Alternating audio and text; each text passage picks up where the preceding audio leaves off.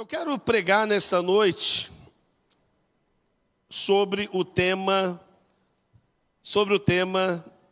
oportunidade. Oportunidade. Vamos pensar um pouquinho sobre esse tema, porque durante o trajeto da nossa vida, todos nós temos muitas oportunidades na vida.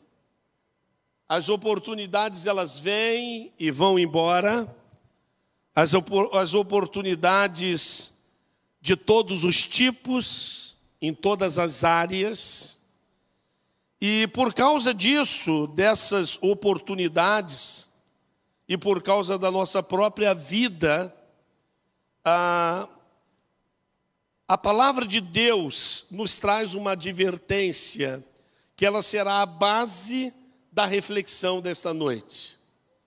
Está ali em Efésios capítulo 5, o verso 15 e o verso 16, que diz o seguinte: tenham cuidado com a maneira como vocês vivem, que não seja como insensatos, mas como sábios, aproveitando ao máximo cada oportunidade, porque os dias são maus. Dá para a gente ler junto em uníssono? Vamos lá? Tenham cuidado com a maneira como vocês vivem, que não seja como insensatos, mas como sábios, aproveitando ao máximo cada oportunidade, porque os dias são maus. É interessante que mesmo os dias sendo maus, Paulo, falando aos crentes de Éfeso, ele diz: aproveite, aproveitando ao máximo cada oportunidade. De fato, os crentes de Éfeso sempre tiveram muita dificuldade.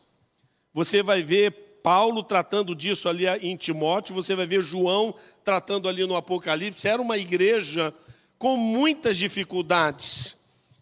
No entanto, ela era desafiada a viver uma vida espiritual de alto nível. O Senhor sempre tem uma expectativa com relação aos servos e às servas dele. Ele não nos salvou para que nós tivéssemos uma vida espiritual medíocre. Ele não nos salvou para que nós esquecêssemos do que ele fez por nós e fôssemos viver a nossa vida como se tivéssemos uma dupla identidade, uma vida na igreja e uma vida lá fora.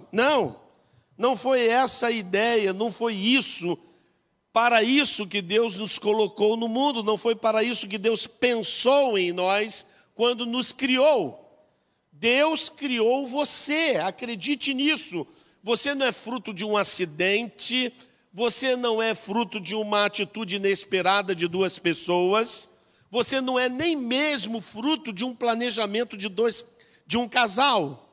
Não, você é ideia de Deus. Deus pensou em você e pensou em você para que você o servisse e fosse usado por Ele. Por isso que sempre quando as pessoas têm perspectivas erradas de vida, quando as pessoas levam as suas vidas para um lado, retirando completamente o Senhor de seu mapa, de seu foco, é muito triste para Deus, se é que podemos falar isso de Deus. Então, os crentes de Efésios foram ao tempo todo pastoreados, eles foram ao tempo todo iluminados pela palavra, no sentido de aumentarem o seu nível espiritual. Crentes fervorosos, crentes conhecedores da palavra, crentes preparados para serem usados por Deus em toda e qualquer situação. Não pessoas enroladas com as questões desse mundo. Não. Ele pensou em você para um propósito. Então a vida terrena não nos dá só oportunidades boas, mas também ela nos dá oportunidades ruins. E talvez é aí que se assevere esse tenham cuidado com a maneira como vocês vivem, que não seja como insensatos. Interessante que você pegando a mensagem de hoje de manhã, lá em Mateus, quando o Senhor disse que aquele que constrói a sua casa sobre a areia é insensato. E aí nós aprendemos de manhã que nós precisamos colocar a nossa casa, a nossa vida, a nossa mente, nosso coração, nossos propósitos, tudo nosso na rocha. E nós aprendemos hoje de manhã o que é a rocha, ou quem é a rocha. Tenham cuidado, porque as oportunidades que surgem, elas podem ser oportunidades boas, mas elas podem ser oportunidades ruins também. Mas há algo que devemos estar atentos, mais preocupados ainda. E aí, eu gosto muito dessa frase que diz assim: a oportunidade é como uma porta, a oportunidade é como uma porta para dois destinos, o bem e o mal, o justo e o injusto, o certo e o errado. Então preste atenção antes de entrar por ela. É algo que nós temos que ter atenção. Porque na hora que você aproveita uma oportunidade, ela pode te levar a dois destinos. E você precisa estar certo de qual o destino que você quer ir. A Bíblia nos fala de um jovem que desperdiçou uma boa oportunidade. Ele viu a oportunidade, mas ele entrou pela porta errada. É um jovem rico, um moço rico, um mancebo de qualidade. O texto que está aí, diz que aquele homem se interessou pela vida eterna. Aquele homem se interessou pelos céus. Olha bem o contexto. E aí ele vai a Jesus, a porta para os céus. E começa a conversar com Jesus, e Jesus disse para ele qual é o nível que ele deveria atingir para herdar os céus. O nível que ele tinha que atingir era ele deixar a idolatria ao dinheiro. E ele não consegue. Ele olha para dentro do seu coração, ele olha para dentro de si, e a Bíblia diz que ele sai triste da presença de Deus, porque ele possuía muita riqueza. E aí depois disso Jesus disse para os seus discípulos: quão dificilmente entrarão nos céus os que possuem riqueza. Ele não disse que os ricos não vão entrar no reino dos céus, mas é muito difícil, porque quando nós amamos as coisas desse mundo, há dificuldades para a gente amar a Deus. Porque Deus determina que nós deixemos o amor do mundo e o coloquemos em primeiro lugar. O Senhor deve ser o primeiro na nossa vida. Nós cantamos isso a todo instante. Nós lemos na palavra do Senhor, mas parece que na hora da gente viver a vida, tenham cuidado da maneira como vocês vivem a vida de vocês, que não seja como insensatos. Parece que há um tanto de insensatez no coração de todos nós. Nós começamos a nos apaixonarmos pelas coisas desse mundo, pelo bem material, pelas coisas desse mundo que nos dão prazer. E nós achamos, por ignorância bíblica e por falta de experiência com o Senhor, que o prazer das coisas que experimentamos nesse mundo podem ser comparados com as coisas lá da eternidade. Então, esse jovem, ele, de fato, ele entrou pela porta certa, mas ele tomou o destino errado. Porque aquele destino que ele tomou era um destino ruim, era o mal. E nós vivemos a nossa vida nesse mundo, nós convivemos com o mal, e muitos de nós não percebemos o mal. O mal, irmãos, ele existe e tem um dono, o nome dele é Satanás. A sociedade liderada pelo poder, a sociedade está liderada pelo poder satânico. E este poder está mudando os conceitos da sociedade. Ouviu o que eu estou dizendo? Os conceitos da sociedade estão mudando. É mentira que o diabo tem advogados, como no filme Advogado do Diabo, estrelado em 1997 por Al Pacino e Keanu Reeves. Esse filme coloca o Keanu Reeves como um advogado do diabo. Não, é uma mentira isso. O diabo não precisa de ajuda. O diabo não precisa da sua ajuda. O que ele quer de você não é a sua ajuda.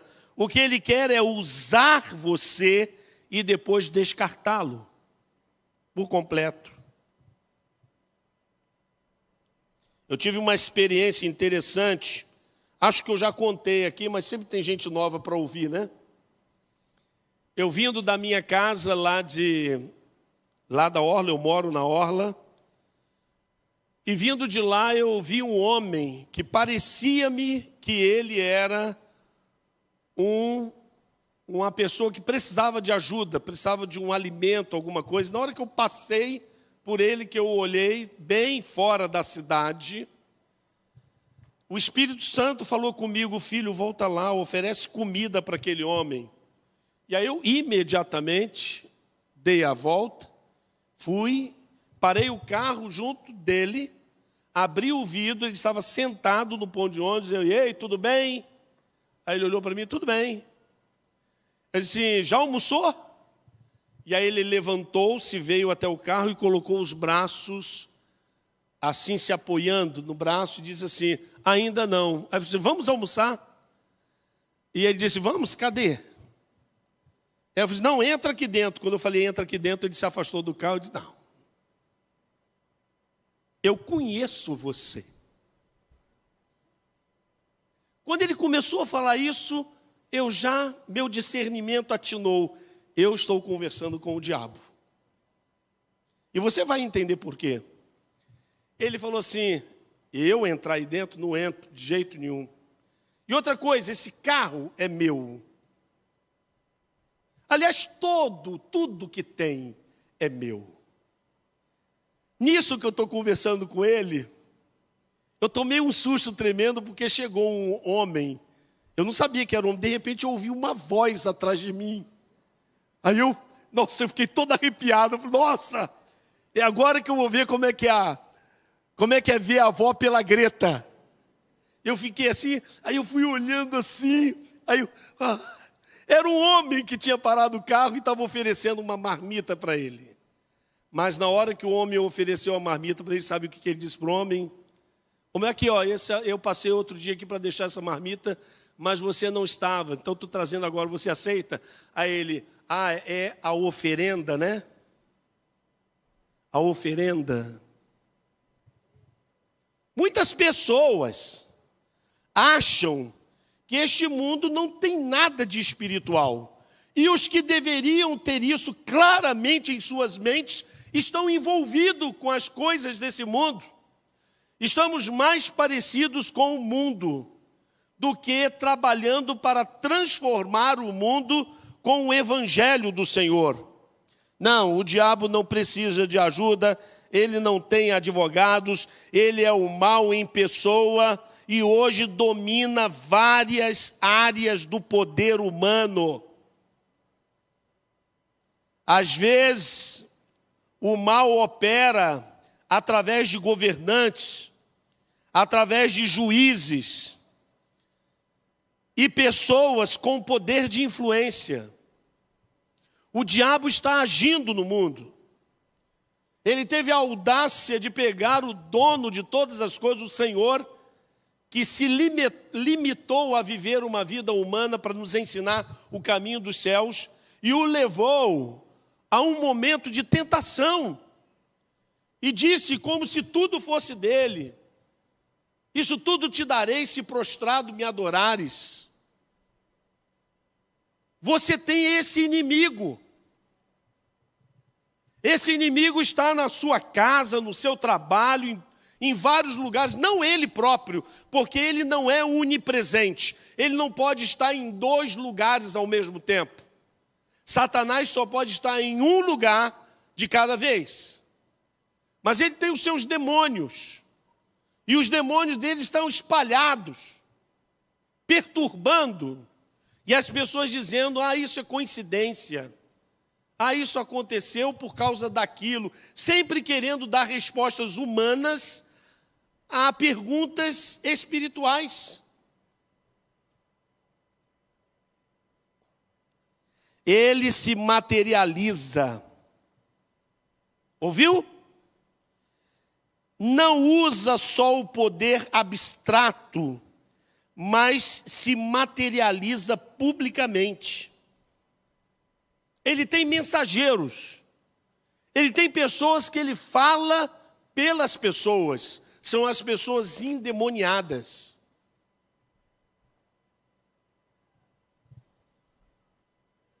Eu quero que você olhe esse exemplo de pessoa usada pelo diabo, e eu quero que você preste bem atenção no que ele vai dizer. Amanda Palha, na verdade, é um transexual num seminário LGBT, e ele então vai dizer qual é a pretensão do movimento LGBT no Brasil com relação às famílias, criação de Deus. Foi Deus que criou as famílias. Olha o que ele diz, olha o que o diabo diz pela boca dele. Na minha concepção, não existe forma revolucionária de fazer família.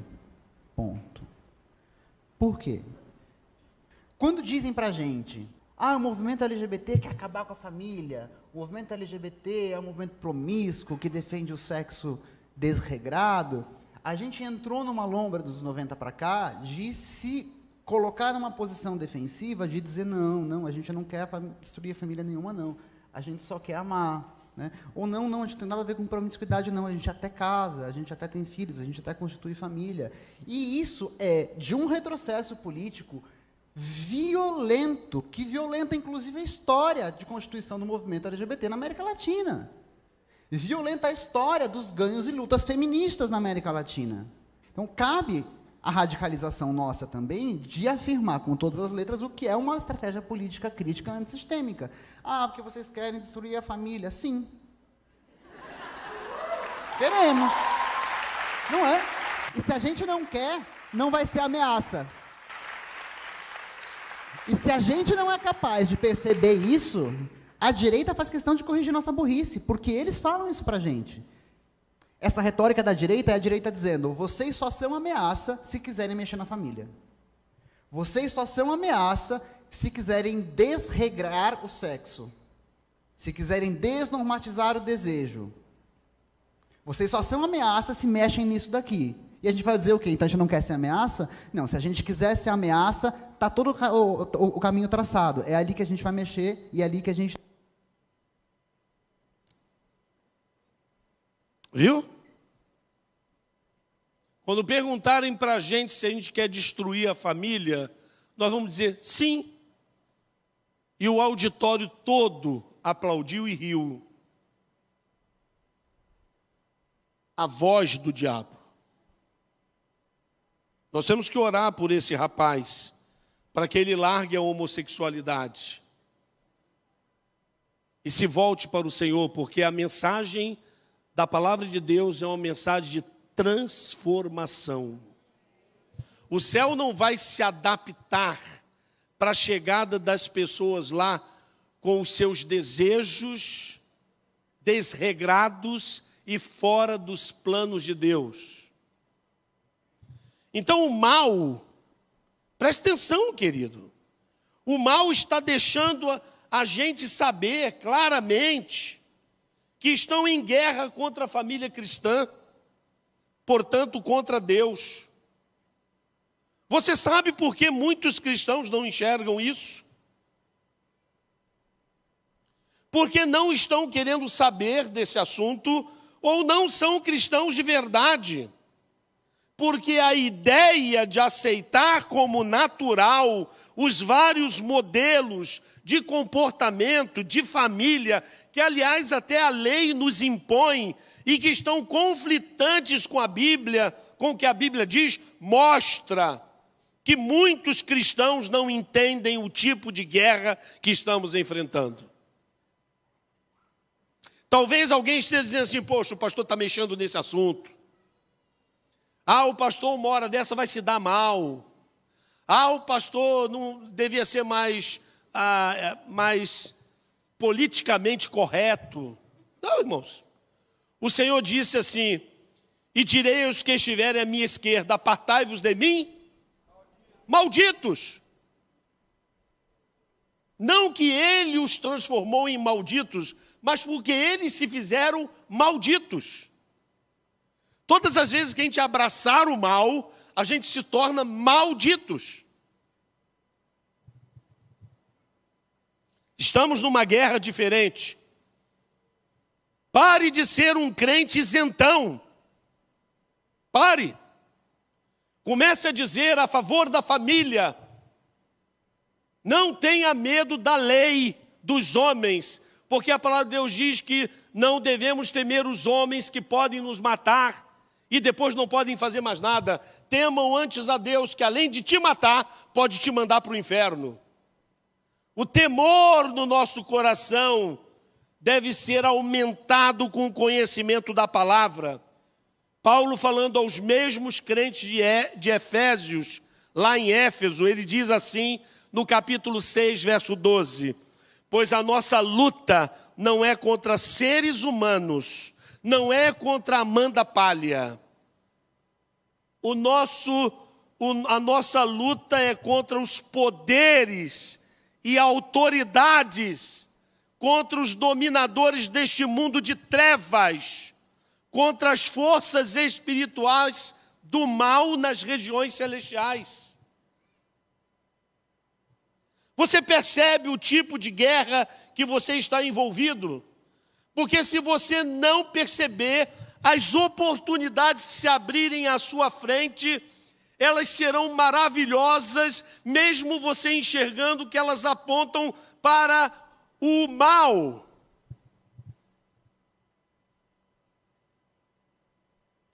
O trabalho do mal é tão bem arquitetado que, em meio à tentativa de se desconstruir a família cristã, para dizer que a união homoafetiva forma uma família melhor, escondem o mal de suas ações. Isso, além de tudo, é mau caratismo. E eu digo isso para dizer sobre um pequeno, mas importante exemplo, que é o caso do menino Miguel. Quantos souberam desse caso? Levante a mão, quantos souberam? Está vendo como é que a igreja está desinformada? Porque a mídia não mostra. Porque a mídia que está aí, ela apoia o movimento político LGBT. Separa, irmão, separa. Homossexual, não estamos falando disso. O homoafetivo, o adulto homoafetivo, ele escolhe a vida que ele quer levar. Isso não é problema nosso e nós não temos que criticar, temos que amá-lo e apresentar o evangelho para eles. Amém? É esse o sentimento que a gente tem que ter com todo homoafetivo. Mas nós não estamos falando disso. Estamos falando de movimento político. Foi o que você viu o rapaz ali dizer. Isso está atrapalhando o movimento político nosso. Isso aí aconteceu. Esse menino foi morto pela sua mãe, casada com o seu marido ou a sua esposa, que é uma outra mulher. Uma relação homoafetiva. Segundo a polícia, Miguel dos Santos Rodrigues, de 7 anos, que já sofria maus tratos e tinha problemas respiratórios, foi medicado pela mãe e morreu, e teve o corpo jogado no rio Tramandaí, no litoral norte do Rio Grande do Sul. Com a ajuda da companheira, as duas foram presas pelo crime, estão presas. A televisão, para de assistir televisão que não informa, ela só faz narrativas. A televisão é parceira dessa desconstrução. Só passa programas onde mostram famílias homoafetivas como se fossem perfeitas e famílias tradicionais como fossem cheias de problemas. Vai ver, vai investigar. Pega uma historinha do seu filho lá que você vai ver, vai mostrar a família tradicional lá toda cheia de problema. E a criança triste. Vai mostrar uma família homoafetiva, as crianças felizes e os casais perfeitos. Mas não mostram essas coisas. E não é só isso não é uma exceção não. Tem vários casos, vários. Porque se uma família criada como Deus quer, já é difícil para nós, imagina, fora da vontade de Deus. Imagina. Por isso, a palavra de Deus nos adverte: tenham cuidado com a maneira como vocês vivem, que não seja como insensatos, mas como sábios, aproveitando ao máximo cada oportunidade, porque os dias são maus. Então, irmão, não importa o quanto você errou, sempre há oportunidade de um recomeço melhor. Henry Ford, ele disse o seguinte: o insucesso é apenas uma oportunidade para recomeçar com mais inteligência. Se você errou, você ganhou experiência. Agora você tem que aproveitar as oportunidades que Deus está abrindo para você, sem medo, sem trauma, olhando para trás e vendo o que errou e consertando para frente. Você não pode desanimar.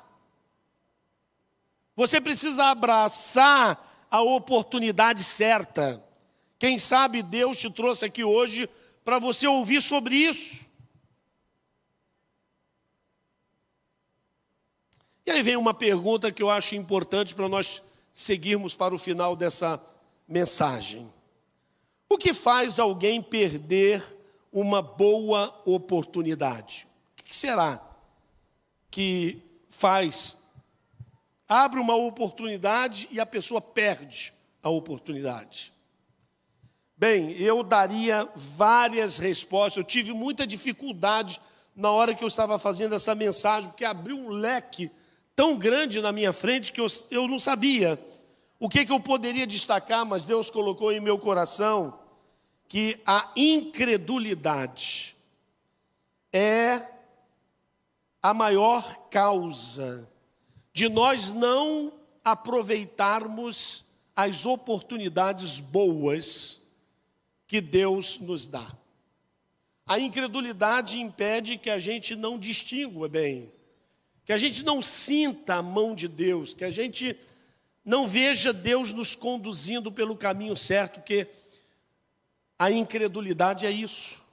A incredulidade leva o indivíduo a desperdiçar a própria felicidade. Portas se abrem para a felicidade, mas ele não sabe lidar com isso, ele não sabe discernir as coisas, ele não tem experiência com Deus, ele é incrédulo, ele vive uma vida de incredulidade. E por isso acaba desperdiçando. Uma vida de incredulidade nos leva a olhar na direção contrária ao que Deus gostaria que olhássemos. E se nós vivemos mais na incredulidade do que na fé, fé na palavra de Deus, não fé na fé. A maioria das pessoas tem fé na sua confiança. Não estamos dizendo isso, estamos dizendo fé na palavra. Se não for a palavra, se não tiver base na palavra, não adianta você exercer a sua confiança. Você precisa colocar a sua fé na palavra. Quando a palavra de Deus diz assim, como João 5:24, eu lhes asseguro, quem ouve a minha voz e crê naquele que me enviou, tem a vida eterna, não entrará em condenação e já passou da morte para a vida.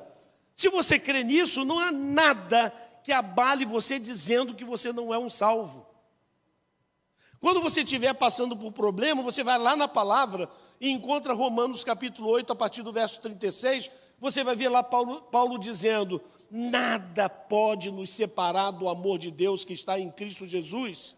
Então, na hora que você estiver passando por problema, você não pode permitir ao seu coração acreditar que Deus te abandonou, que Deus não te ama. Porque a Bíblia está afirmando isso.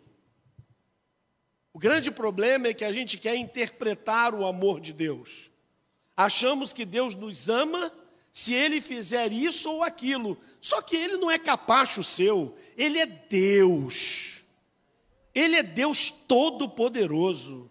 Ele sabe de coisa que você nem imagina o que seja. Só que você está nos planos dele. Ele está esperando que você execute os planos dele no meio da dor.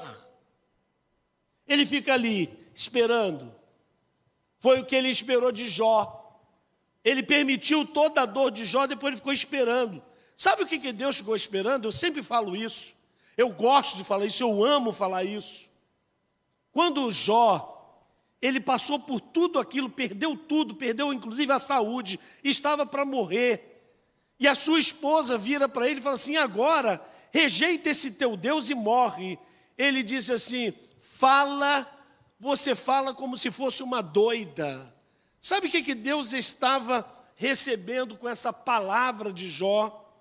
E com toda a resistência que ele estava ali praticando pela fé que ele tinha em Deus, isso se chama adoração.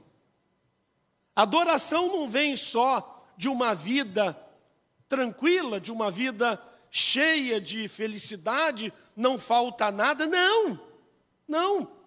Adoração está ligado ao propósito de Deus. Qual foi o propósito de Deus? Há um tempo atrás, já tem tempo, nós soubemos de um acidente aqui na BR-101, onde pastores da Assembleia de Deus foram esmagados e não podia ser retirado. Foi chamado o corpo do bombeiro. E aí a gente olha aquela cena, por pastores, estavam indo realizar a obra do Senhor, estão ali morrendo, eles estavam conscientes, eles foram esmagados daqui para baixo. Sabe o que eles fizeram? Eles cantaram hinos a Deus. Como que você, na sua incipiência, na sua pequenez, pode dizer, coitadinho, que Deus é esse? Se o propósito de Deus estava ali naquela questão, Deus estava usando aquelas vidas como instrumentos para glorificá-lo em todo o tempo. E agora passa-se anos e anos e anos, eu estou citando os atos deles como se fossem atos dos nossos irmãos do Novo Testamento.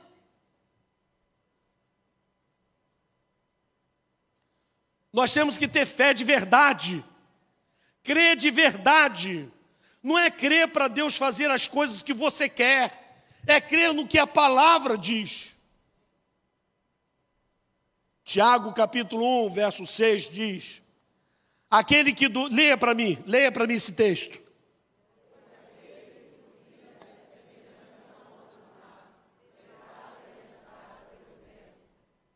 Só as mulheres.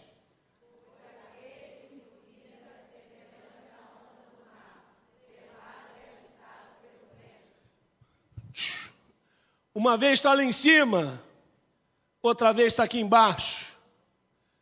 Uma vez está lá na frente, depois, sua fé é assim? Temos muitos exemplos na Bíblia de pessoas que perderam oportunidades maravilhosas por causa da incredulidade. Você já deve ter lido sobre eles. O rei Saul perdeu a oportunidade de ter o seu reinado aprovado pelo Senhor por causa de incredulidade. O oficial lá de Samaria, cujo braço o rei se apoiava e que duvidou da providência divina dita pelo profeta, o que aconteceu? Ele perdeu a sua vida esmagado pela multidão, que era a profecia de Deus, que o povo sairia para recolher os despojos, segundo Reis 7. Marta, a irmã de Lázaro, perdeu a oportunidade de aprender mais do Senhor, do Mestre, porque estava crendo mais nas coisas materiais do que nas espirituais. Seu desejo estava mais para as coisas materiais do que para as espirituais. O servo que ganhou 1 talento, ele desperdiçou a oportunidade de investir. Irmãos, tem muita gente perdendo bênçãos por causa de incredulidade. Portas se abrem, você não crê no poder de Deus, e aí você perde. Então, como aproveitar a oportunidade de ser feliz? Em primeira mão, é bom que se registre que a verdadeira felicidade está no Salvador de Jesus. Não há oportunidade material que possa satisfazer o seu coração. A sua sede, a sua fome, o espaço vazio que às vezes bate dentro da sua alma, é falta de Jesus. Falta de você se alimentar de Jesus, de beber de Jesus, de colocar Jesus como centro da sua vida. Todas as outras felicidades terminam com a morte. Por isso que só a felicidade com Jesus permanece para sempre. Imagina a coisa que você tem mais preciosa. Imagina. Meu filho vai morrer. Imagina um bem material que você mais é seu, aquilo ali tem um valor inestimável, vai acabar. A palavra do Senhor diz: não ajunteis tesouro na terra, onde a traça e a ferrugem consomem e onde o ladrão rouba. Há exemplos bíblicos que nos ajudam a aproveitar as oportunidades de Deus, como exemplos para nós. Todos eles foram mestres em aproveitar a oportunidade que Deus lhes deu. Há algumas virtudes que se percebem na história de cada um, e eu queria compartilhar com vocês. Primeiro, o cego Bartimeu. Presta atenção nessa história. Aquele homem estava longe de Jesus e ele tem uma oportunidade. Ele ouve um barulho. E talvez o texto não diz, mas eu imagino que ele deve ter perguntado a alguém: ei, me ajuda aqui, que barulho é esse? E aí disseram: Jesus de Nazaré está passando. Meu irmão, ele aproveitou a oportunidade e ficou: Jesus, filho de Davi, tem misericórdia de mim. Mas sabe o que aconteceu? As pessoas começaram a dizer para ele assim: cala, para com essa gritaria. Jesus está muito ocupado com outras pessoas. Mas ele continuava, até que Jesus o chamou para realizar um milagre na sua vida. Sabe qual é a virtude que eu vejo aí? A resiliência. Resiliência. A persistência, você ficar ali, sabendo que você está com a oportunidade certa e que você deve aproveitar aquela oportunidade. Por isso que Jesus contou a história da viúva, que o juiz iníquo, um juiz mau, que não acreditava em Deus e em mais nada, ficava negando a justiça a ela, e aquela mulher foi muito resiliente. Ela ia na porta do tribunal daquele homem e gritava: faz-me justiça, faz-me justiça. E Jesus conta que aquele homem, mesmo não temendo a Deus, disse: vou fazer a vontade dessa mulher, mas não sabia ele que ele já era fruto da bênção de Deus pela virtude da resiliência. Você está sendo resiliente? Você está sendo persistente nos seus valores espirituais, no seu crescimento espiritual, na sua felicidade em Jesus? Você é uma pessoa que tem insistido ou você debanda por qualquer coisa? Não pode alguém ali na recepção não te cumprimentar? Ah, não volto mais, porque não me cumprimentaram. Para de ser criança! Cresça! Amadureça! Porque Adonias disse para nós lá na sexta-feira, quem estava no restaurado: há muita coisa em jogo, e o destino eterno de toda essa cidade está nas nossas mãos, para a gente ficar de bobeira, de brincadeira. Outro exemplo, Zaqueu, o publicano, o cobrador de impostos. A história dele também é muito interessante. Ele tinha um vazio no coração dele. Ele ouvia falar de Jesus, ele era rico, mas ele não tinha as amizades que Jesus tinha. Jesus atraía aquele homem, mas uma multidão sempre cercava Jesus e ele era muito baixinho. E ele não conseguia ver Jesus. E aí então ele foi, correu lá na frente onde a multidão ia e subiu numa árvore. E ficou lá na árvore sem gritar para Jesus, sem nada, só olhando. Ele só queria olhar para Jesus. E Jesus passa debaixo daquela árvore, olha para ele e diz: Zaqueu, desce depressa, porque hoje me convém pousar na sua casa. Ele pulou de lá e recebeu Jesus na casa dele. Você sabe qual é a virtude, o que a gente percebe aí nessa história? A humildade. O homem rico subir numa árvore para ver um outro homem. Olha, o sofrimento deve ter batido muito. Outro tipo de sofrimento. A gente só pensa no sofrimento econômico, mas há outros tipos de sofrimento. E há um sofrimento que batia no coração de Zaqueu de uma tal forma que ele nem olhou que ele era rico. Ele nem olhou a qualidade das suas vestes. A necessidade gritava tão alto no seu coração que ele corre lá na frente, sobe na árvore e fica esperando. Ele foi muito humilde naquela hora para se rebaixar a esse ponto da sociedade. As pessoas conheciam ele porque ele queria ver Jesus. E a mulher com hemorragia, um fluxo de sangue, 12 anos com esse problema.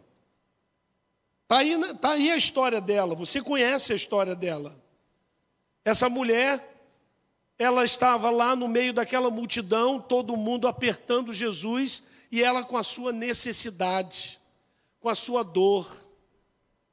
Assim como Bartimeu viu a oportunidade no barulho, Zaqueu viu a oportunidade na multidão, essa mulher viu a oportunidade no meio de um monte de gente que ela não sabia como ia fazer, ela só tinha uma certeza. A fé dela é que se ela tão somente tocasse na ponta da roupa de Jesus, ela seria curada. Então ela vai, e a virtude que eu encontro nessa mulher é a coragem. Com muita coragem, ela vai pedindo licença, vai se abaixando, e num determinado momento, sem Jesus perceber, ela toca na orla de Jesus com a sua fé, e ela extrai o poder de Jesus para ela.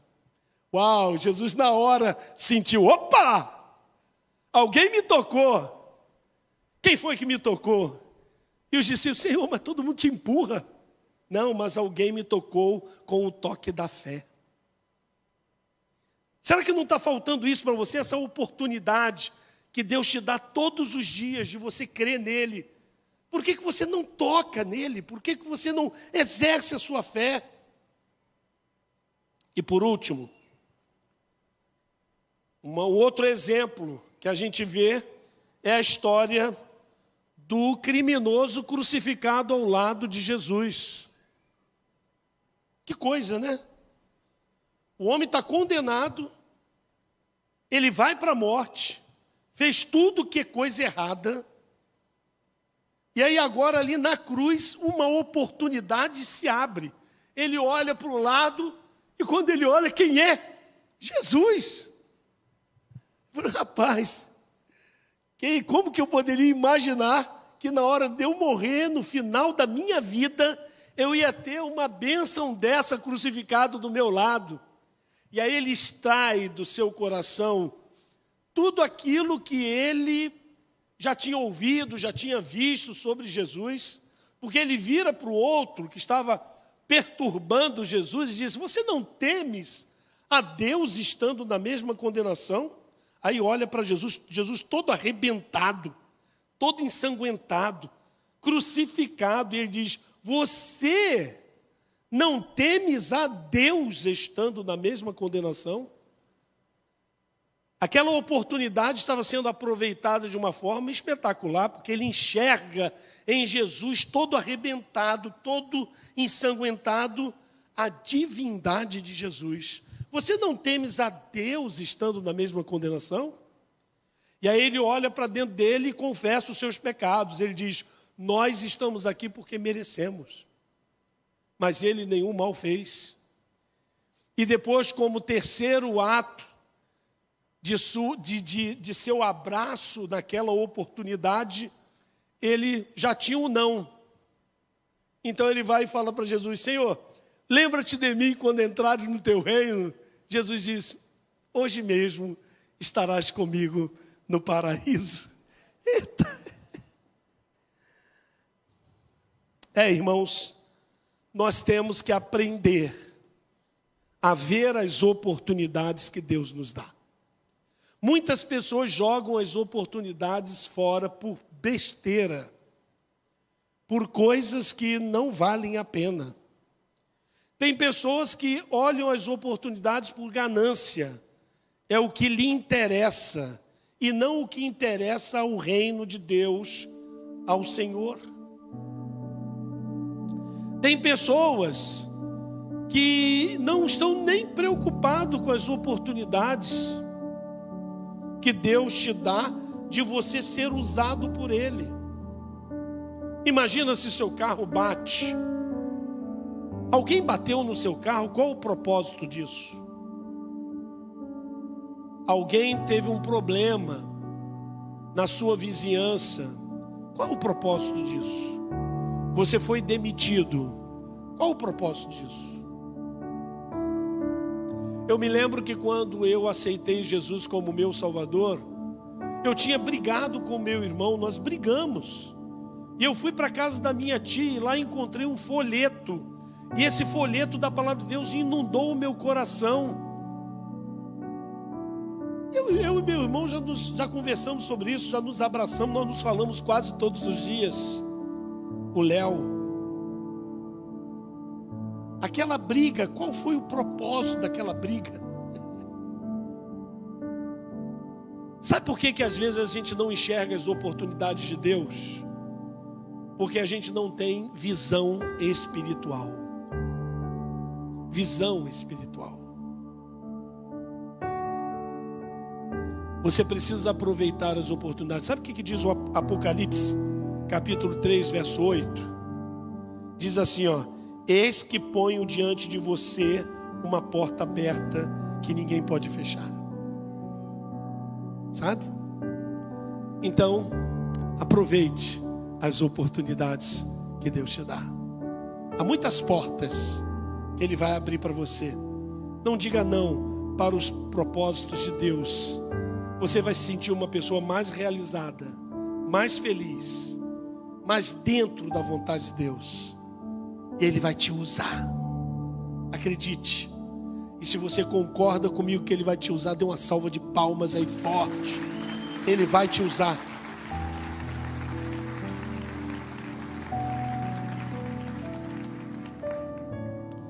Vamos orar? Eu queria orar e eu queria fazer um apelo para as pessoas que estão no nosso meio. A igreja está orando por você.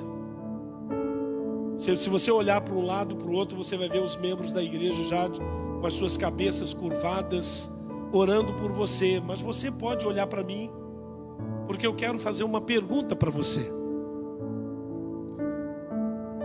O fato de você ter vindo aqui hoje, eu encaro como uma oportunidade que Deus está te dando para você ter um relacionamento com Ele. Não tem nada a ver com ser membro desta igreja. Tem a ver com você levar a vida espiritual a sério. Com certeza isso pode ser a porta que está aberta para você entrar. E nós queríamos te dar esta oportunidade, dar essa chance para você tomar uma decisão ao lado de Jesus Cristo. Sabe o que Jesus Cristo disse? Ele disse: aquele que me confessar diante dos homens, eu o confessarei diante do meu Pai que está nos céus. Eu não vou pedir para você vir aqui à frente, não vou pedir para você ficar de pé, eu só quero orar por você. Aonde você está, você pode dizer assim: pastor, ore por mim. Eu quero um relacionamento, eu quero receber Jesus como meu único e suficiente Salvador. Alguém? Deus abençoe lá atrás, pode baixar a mão. Alguém mais? Deus abençoe você. Alguém mais? Se eu demorar um pouquinho, espera um pouquinho para mim olhar para você. Alguém mais? Gostaria de receber a Jesus? Deus abençoe, Deus abençoe. Há mais alguém? Deus abençoe. Glória a Deus. Há mais alguém? Gostaria de Deus abençoe você, filho. Há mais alguém? Ninguém está te olhando, a igreja está orando por você. É só uma decisão sua com Deus. É só eu que estou te olhando. Alguém mais? Eu quero orar por você. Quero orar pela sua família. Deus abençoe você. Deus abençoe você. Glória a Deus. Obrigado pela ajuda. Há mais alguém? Várias pessoas estão levantando a mão. Deus abençoe você lá atrás. Há mais alguém? Há mais alguém? Não saia daqui sem aproveitar essa oportunidade. É uma oportunidade maravilhosa. Você vai começar o seu relacionamento com Deus. Deus abençoe você aí atrás. Glória a Deus. Há mais alguém? Há mais alguém? Receba Jesus. Receba Jesus. Entre pela porta. Sabe o que Jesus disse? Ele diz: eu sou a porta. Quem entrar por mim sairá e achará pastagens. Obrigado, Pai. Eu sou a porta. Quem entrar por mim, aproveita essa porta. Você que ainda não levantou a mão, diga: pastor, eu quero. Ore por mim. Sei que vai ser difícil, mas ore por mim. Há mais alguém? Há mais alguém? Em nome de Jesus. Há mais alguém? Deus abençoe. Há mais alguém? Obrigado. Uma criança lá atrás, eu vi. E eu acredito em decisão de crianças. Alguém mais? Ô pastor, hoje o senhor está assim, insistindo, hein? É porque tem alguém aqui para salvar, ser salvo. Alguém mais? Alguém mais? A igreja está orando por você. Você está excluído da sua igreja. Gostaria de reconciliar. Gostaria de começar a sua caminhada aqui nesta igreja. A gente ajudando você. Levante a sua mão também e diga: pastor, ore por mim. Alguém assim? Alguém assim nessa situação? Alguém assim? Deus abençoe você. Há mais alguém? Glória a Deus. Glória a Deus.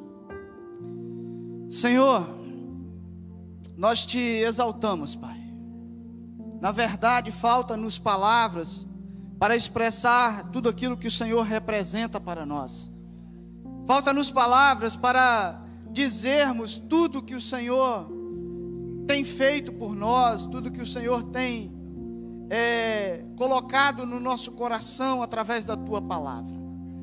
Obrigado, Senhor, mais uma vez, por esta celebração poderosa que tivemos.